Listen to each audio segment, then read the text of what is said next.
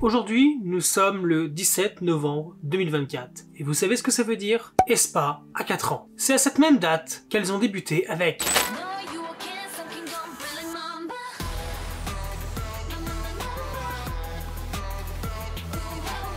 Depuis, elles enchaînent succès sur succès et 2024 est littéralement leur année. Alors, pour cet anniversaire, pour fêter les 4 ans de succès, je vous propose de découvrir mes 20 chansons favorites d'aespa.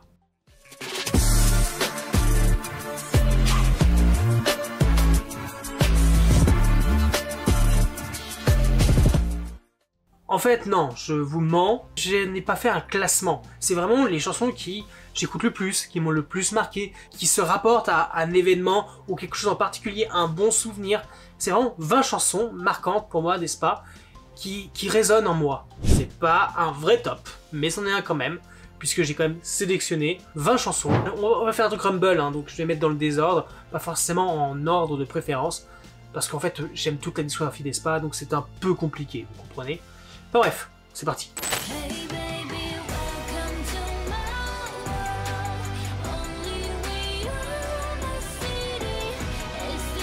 Welcome to my world, c'est une balade. Et la preuve ultime que aespa, c'est pas de mauvaises chanteuses, mais de magnifiques chanteuses avec de magnifiques voix qui sont capables vraiment de t'émouvoir avec un truc très simple. C'est une balade, et les balades, évidemment, ok, c'est mignon, tout ça, mais c'est pas ça que généralement les gens attendent en K-pop. Et pourtant, Welcome to my world, c'est typiquement pour moi la chanson idéale pour commencer un concert. Bon, elles l'ont pas fait, hein. C'est pas Welcome to my world qu'elles ont utilisé pour commencer le concert. Enfin, j'ai pas à souvenir, mais je ne crois pas. Mais tu vois, c'est vraiment une chanson, tu débutes avec ça, le concert, on t'invite dans notre monde, dans le monde des aespa. Prépare-toi un voyage et tu ne seras pas déçu. Et oui, Welcome to my world, à chaque fois que je l'entends, j'ai envie de verser une larme, j'ai envie de me mettre sous la couette et de rêver, de profiter de l'instant présent, le silence, seul avec moi-même par exemple, et vivre un véritable rêve, accompagné par leur voix.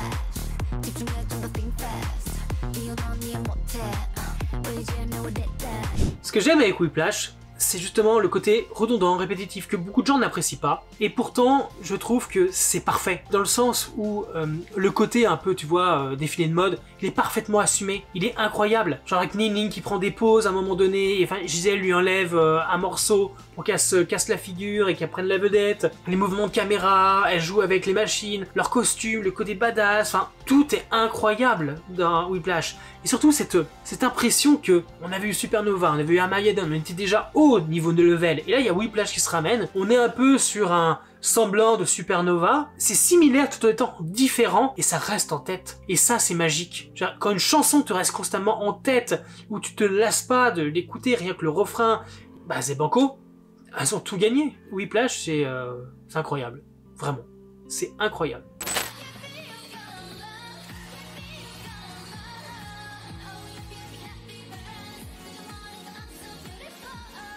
À la base, cette chanson, elle n'est pas extraordinaire. Enfin si, tu vois, elle est énergique, elle est hyper positive, mais ce qui m'a marqué avec cette chanson, c'est que c'est la dernière que les filles ont interprétée lors du concert à Paris, qui marquait la fin de leur tournée. Et c'était vraiment genre la chanson parfaite pour conclure un concert déjà incroyable. T'es énergique, elle se donne à fond, elle se donne pour leur public, et t'es là avec elle, c'est positif, il y a tellement de bons sentiments.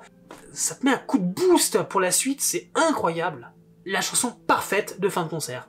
Vraiment, je trouve que la setlist du concert, et on finit par Yepi Yepi, c'est parfait.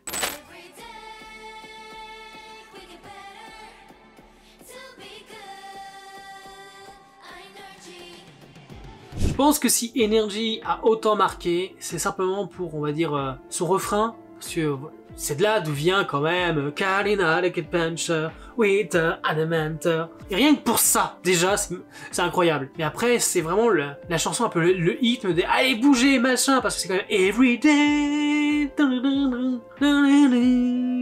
énergie. Tu bois pas du Oli ou autre boisson énergétique, je ne sais pas. Cette chanson, c'est une boisson énergétique. C'est un appel à dire vas-y, sors ton énergie, défoule-toi, balance, c'est génial, nous on est là, on va t'aider. Et en concert, énergie, elle est incroyable. Vraiment. Je pourrais le dire et le redire, mais pour moi, aespa, ça a été le meilleur concert de K-pop que j'ai pu vivre. Elles ont une synergie sur scène incroyable, elles occupent vraiment la scène, peu importe la grandeur. C'est une chanson qui est puissante, mais pas puissante dans le style où elle est badass, non, puissante dans le style de t'oblige à bouger, à te réveiller, par exemple, voilà, Dream Come True, c'est un rêve, et ben énergie, voilà, c'est ton réveil pour bien affronter la journée. Impec.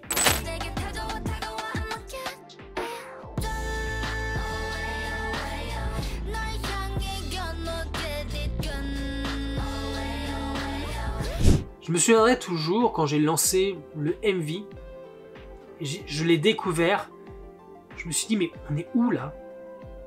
C'est le plus beau MV Armageddon qui existe au monde, dans le monde de la K-pop. J'ai jamais vu un MV autant puissant, autant incroyable, visuellement insane.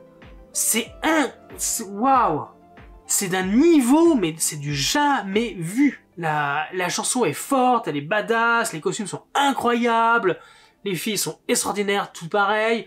Je veux dire, il y a vraiment rien à dire. C'est un parcours sans faute. En plus, c'est le premier full album, un full album qui est incroyable avec toutes ces chansons. Vraiment, ce jour-là, je me souviens quand j'ai fini de regarder Armageddon, j'ai fait qu'est-ce qui s'est passé?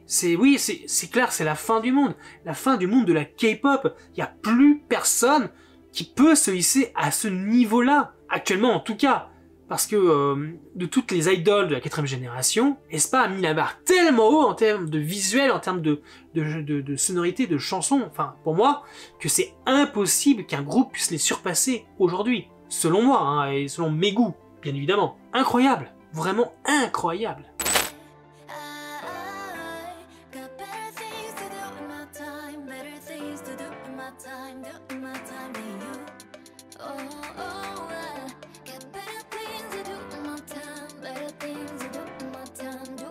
La chanson de l'été par excellence d'aespa. Une chanson qu'on n'attendait pas, vraiment. Quand je dis ça, c'est que aespa qui sort une summer song, j'étais pas prêt. Et c'est incroyable. Enfin, incroyable, j'ai pas arrêté de le dire, mais attends, genre c'est un peu mix balade, un peu énergique, mais aussi envoûtant. On a tout. C'est une chanson qui a tout. On a lancé tous les bons trucs dans une marmite, on a secoué et on nous ressort Better Thing. Le MV, il est onirique, la danse avec le sol en eau. Et moi j'avais envie que, genre, voilà, elle me donne des coups de pied dans l'eau pour que je sois aspergé, quoi, et puis sentir, justement, me rafraîchir pendant un été de canicule. Les tenues un peu vaporeuses, un peu sirènes. Ah, c'est ça, hein, c'est des sirènes, quoi, d'une certaine façon, mais c'était magique. Vraiment, la chanson de l'été par excellence qu'on n'attendait pas de aespa. C'était magique, c'était incroyable et moi j'ai adoré.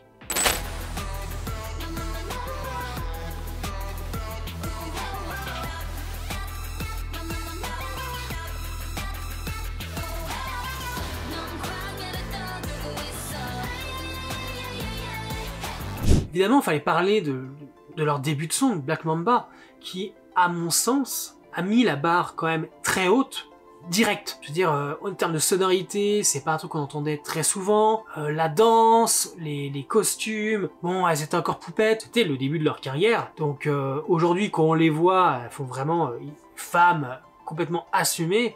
Certaines ont littéralement glow up.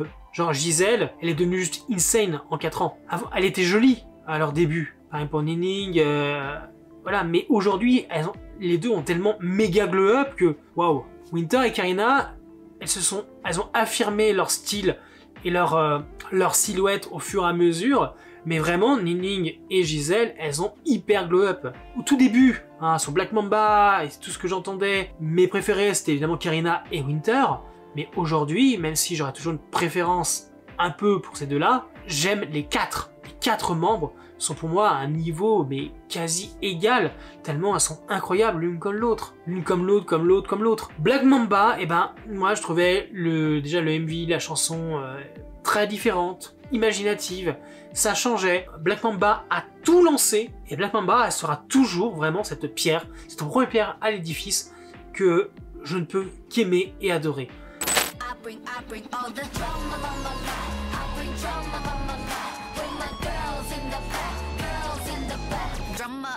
Ah, drama, drama, drama, drama. Cette chanson, c'est pour moi vraiment leur consécration dans le sens où elles étaient peut-être encore pour beaucoup juste des cocons, pas encore évolués. Certaines personnes appréciaient pas trop leur musique, bien qu'il y a beaucoup de gens qui aimaient Savage, Girls, Spicy avait été quand même un gros pas en avant. Mais Drama, pour moi, c'est vraiment le moment où, genre, elles ont mis les deux pieds sur la table en disant, voilà, on est aespa, on est badass, on est unique, peu importe ce que vous essayez de faire, de nous copier, de nous bâcher, de nous critiquer, on est là, composez avec nous, et merci, quoi. Là, à ce moment-là, elles sont devenues des papillons majestueux qui n'allaient plus jamais être oubliés aux yeux des gens. Puis attendez, meilleure era niveau coiffure pour Winter, quoi. Cette coiffure ondulée rouge, elle est magnifique. Toutes leurs tenues sont magnifiques aussi dedans. Le MV noir et blanc d'un côté, couleur. En termes de promotion, je crois que c'est sur Drama qu'elles ont eu leur meilleur costume, leur meilleure tenue. Tout était magnifique, il n'y avait rien à dire dessus. Drama, c'est vraiment la chanson qui m'a reconquis. J'étais déjà à fond conquis d'Aespa dès la première chanson, mais Drama, ça m'a vraiment assuré que Aespa était devenu mon deuxième groupe favori, tout groupe confondu K-pop féminine. Et ça ne va pas s'arrêter de sitôt.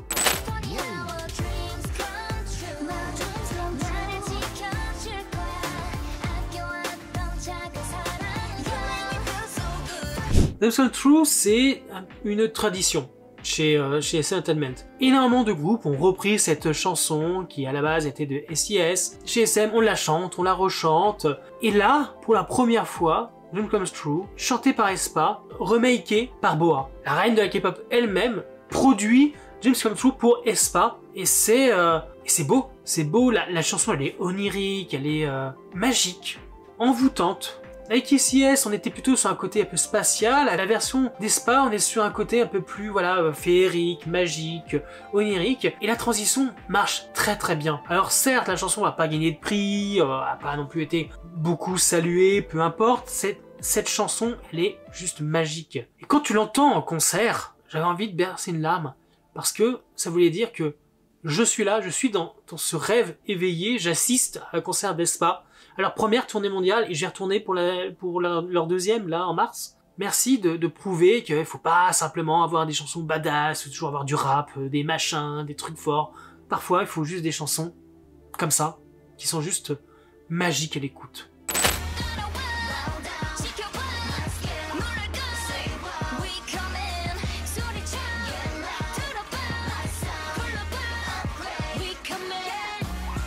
Si Black Mamba est le début de l'aventure de Kanga avec... si Black Mamba a été le début de l'aventure dans le monde de Kanga, bah Girls en est sa finalité techniquement. On est sur les dernières révélations grâce surtout à SMCU Universe, hein, l'épisode 3, il me semble, hein, parce que après Girls, bah non, après Girls on a eu Spicy, donc on était de retour dans le monde des humains, donc ouais, Girls c'est vraiment la fin de l'aventure, le premier arc d'aespa qui se terminait, et tout aussi incroyable, voilà. Vraiment, moi j'adorais surtout le... Ça reste en tête. Enfin, c'est ça, c'est que les 3-4 chansons d'aespa sont catchy. Elles restent en tête, on s'en souvient, elles marquent les esprits. Et puis il y a d'autres chansons qui vont s'insinuer en toi de différentes manières. C'est le cas de celles que je vous propose dans cette espèce de top, comme Till We Meet Again, par exemple, ou Dream Come True, Better Things, c'est voilà, elles s'insinuent en toi, Water on the World, Welcome to My World aussi, tes balades, ça s'insinue, ça t'envoûte, et c'est génial. Donc c'est ça, ouais, Girls, c'est la fin d'un combat, d'un très beau combat, d'une très belle épopée épique.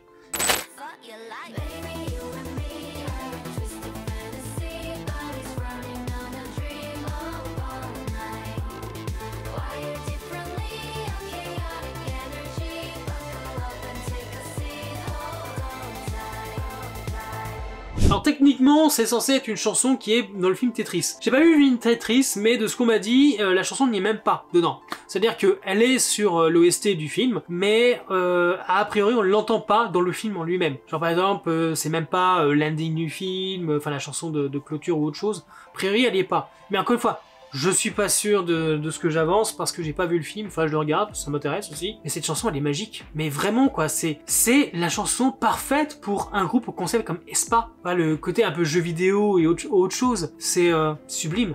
Quand tu l'entends en concert, a cappella, surtout avec les ning qui balance, c'est incroyable.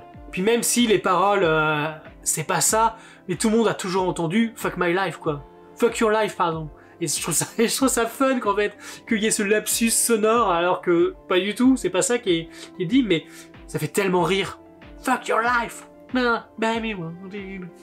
Super moment. C'est encore une fois à l'écoute un super moment. Je veux dire, c'est vraiment la chanson, tu l'écoutes, mais tu sautes sur ta chaise tellement elle est géniale.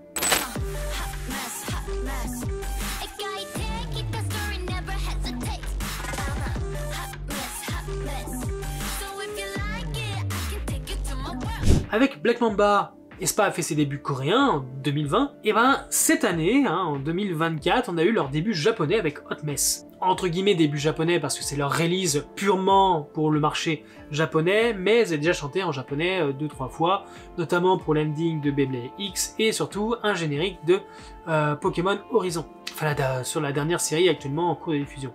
Série d'ailleurs que j'ai abandonné. J'adore cette chanson parce que c'est acidulé, c'est tout le côté un peu de aespa, genre un peu chaotique, comme on peut voir sur des vlogs, sur des behind the scene. Hot Mess, voilà, c'est vraiment le côté chaotique d'aespa qui est mis en valeur. Après, le petit plus pour moi en tant que fan de Gundam, c'est qu'à un moment donné, elles ont des tenues qui sont justement inspirées de Gundam, elles ont des pièces de Gundam.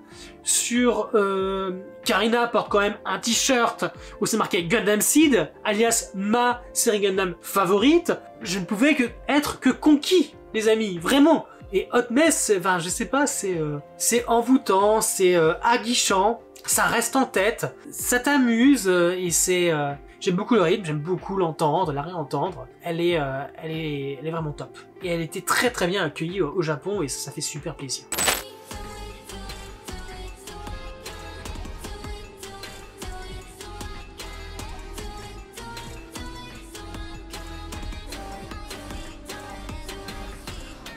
Bah la chanson elle parle d'elle-même, je veux dire iconique, c'est simplement pour prouver que bah, aespa est un groupe qui sera iconique dans l'horizon K-pop. Ce sont des icônes de la K-pop, ce sont les icônes de la 4ème génération, de la K-pop en général, des groupes K-pop féminins. Elles sont des icônes, elles sont iconiques et personne ne leur enlèvera ça. Et à mon sens, c'est un groupe qui fonctionne grâce à son travail, grâce à ses fans, grâce à ses interventions, grâce à les émissions, enfin leur véritable personnalité, leurs interactions avec les autres. C'est en ça que pour moi aespa est et restera pour toujours un groupe purement et simplement iconique. C'est pour leur simplicité, par leur réalité, leur vraie personnalité, pour tout. aespa, c'est tout ça. Cette chanson iconique, c'est tout ça. Voilà.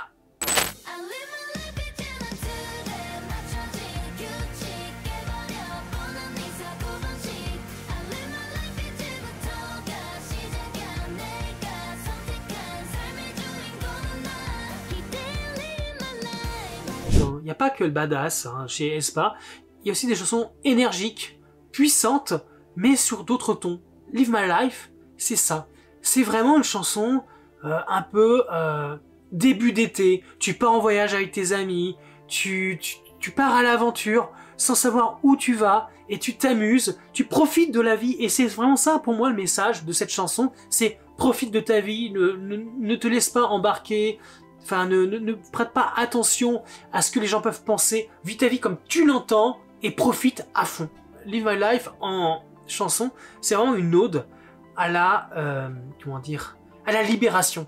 Allez, c'est parti, on s'amuse et on ne pense à rien d'autre.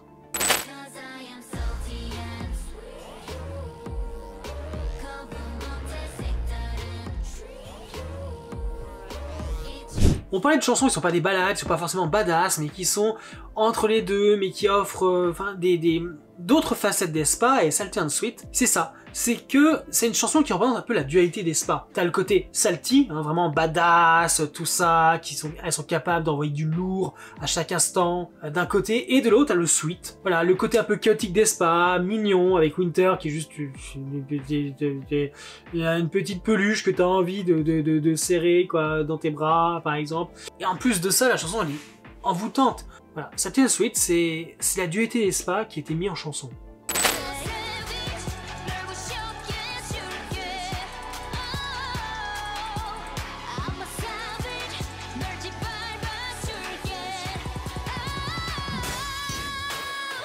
Savage, je la reprends vraiment comme le côté, genre, qui démontre à quel point les Aespa sont combatives. C'est-à-dire, très peu de temps après leur début, elles se sont fait quand même attaquer sur pas mal de choses, genre, oui, elle plagie Blackpink, c'est faux. Enfin, Giselle, elle a fait ci, Giselle a fait ça, Winter a fait ci, elle a fait ça, machin, ah, machine et truc, ah là, puis elles ont fait ci. C'est pas autre chose à foutre de votre vie, voilà.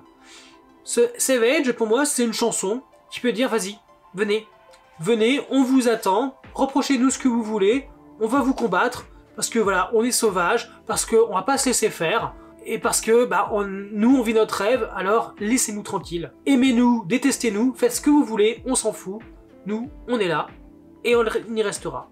Je vous aime les filles, vraiment, je vous aime. Tout simplement, je vous aime.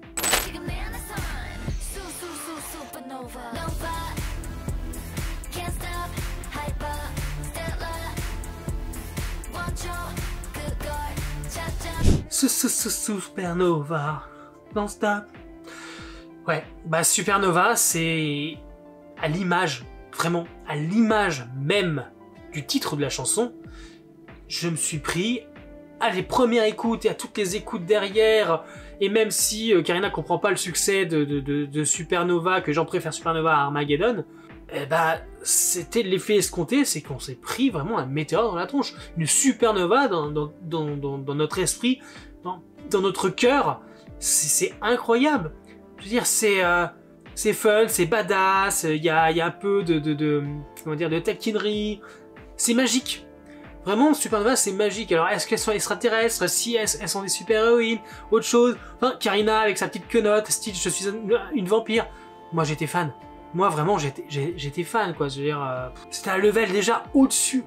Tu vois, on avait eu Drama, après on a eu Supernova, tu vois, c'était déjà, hop, niveau au-dessus, et tu te dis, waouh, qu'est-ce qu'on peut faire après ça? Bah, après ça, on a eu Armageddon, et après on a eu Whiplash, et la prochaine release sera encore tout aussi géniale, j'en suis sûr. C'est incroyable. Supernova, c'est addictif, il y a des mouvements de caméra incroyables, il y a des transitions de fou. C'est vraiment, mais traité aux petits oignons. J'aime voir ce genre de choses, j'aime entendre ce genre de chansons qui restent en tête, qui a un hit complet.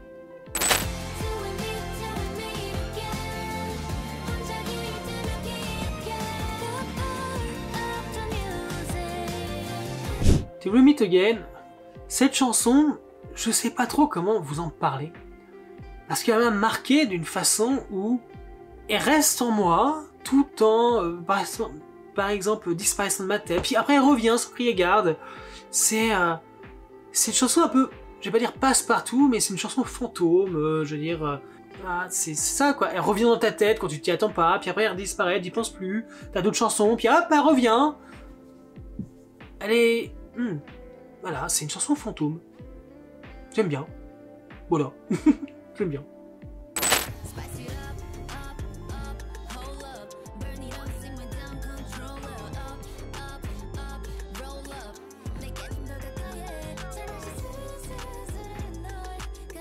Désolé, ce sera le seul solo défi que j'ai mis parce que Up, c'est juste incroyable. J'ai pas de mots en fait, j'ai pas de mots, je sais pas comment expliquer, mais peut-être parce que Karina est incroyable, tout simplement, que ce soit sur scène, avec les spoilers qu'on avait eu, c'est chiant hein, quand on attend la date française et que tu vois des tas de vidéos popper sur toutes les solos des filles, mais Up, qui après coup a eu une release officielle, une espèce de MV officielle, et cartonne tout de partout, mais c'est normal, cette chanson elle est waouh, il y a de tout, Karina se donne à fond dedans, et elle prouve à quel point elle est une artiste mais exceptionnelle. Évidemment j'allais le mettre dans cette sélection, parce que Up c'est waouh, c'est tellement... Il n'y a aucun solo d'une idol K-pop cette année qui, à mon sens, a fait mieux que Karina avec Up. En termes de solo cette année, les aespa, elles ont tout dominé, mais Karina, Up, ça a tout cassé. Vraiment. Ça a tout cassé. Et j'ai hâte en mars de le voir en vrai sur scène.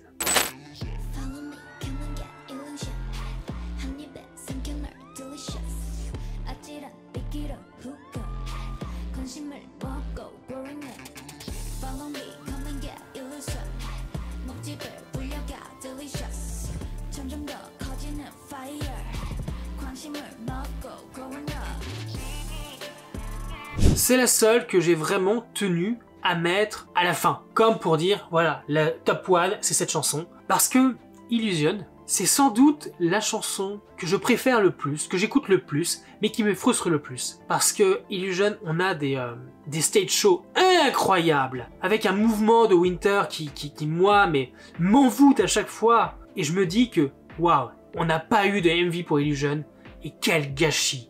Parce que ça, c'était juste une folie. Illusion, quand je l'avais entendu, j'avais fait une réaction, mais genre sound reaction, parce que vu qu'il n'y avait pas de MV, j'essayais d'imaginer qu'est-ce que ça pouvait être, et c'était juste incroyable. Je faisais qu'écouter, mais j'étais vraiment enchanté, envoûté.